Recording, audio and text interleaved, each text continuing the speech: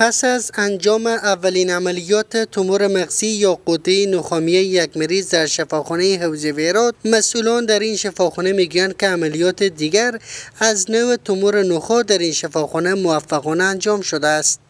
دکتر برکت الله محمدی متخصص عملیات تومور مغزی میگوید که اخیراً تیم بخش اعصاب این شفاخانه به خاطر جلوگیری از رفتن مریضان به خارج و ایجاد سهولت به مردم، عملیات‌های سنگینی را که قبلا در کشور انجام نشده است را به صورت موفقانه انجام داده‌اند. و یکی دیگه از کارهایی که عملیات‌هایی که میشه خوشبختانه بعد از عملیات دیگه هم هست که تومور هرم مغز یا نخادش، خوشبختانه که امروز مریض رو مرخص کردین و مریضی که با پاهای نیمه فلج مراجعه میکنه بعد از مدت و یک مریض. با این حال فردی که بعد از عملیات تومور نخاع موفقانه سلامتیش را دوباره به دست آورده، با اشاره به وضعیت صحی خود میگوید که پول تداوی در خارج از کشور را نداشت و اکنون با هزینه ناچیز سلامتی دوباره خود را در داخل کشور به دست آورده است.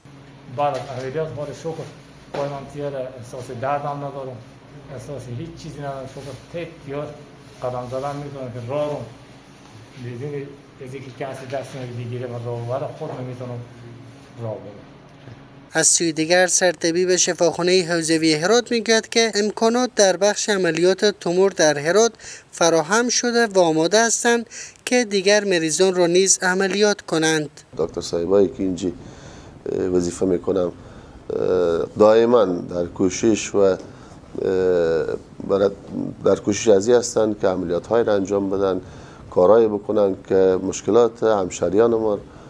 مرفوع بسازن و اکثر کارهای بکنن که اینا را از سفر به خارج و مصارف هنگفت در کشورهای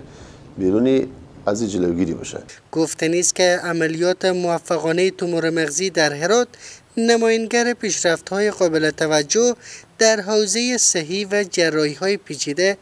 در افغانستان است.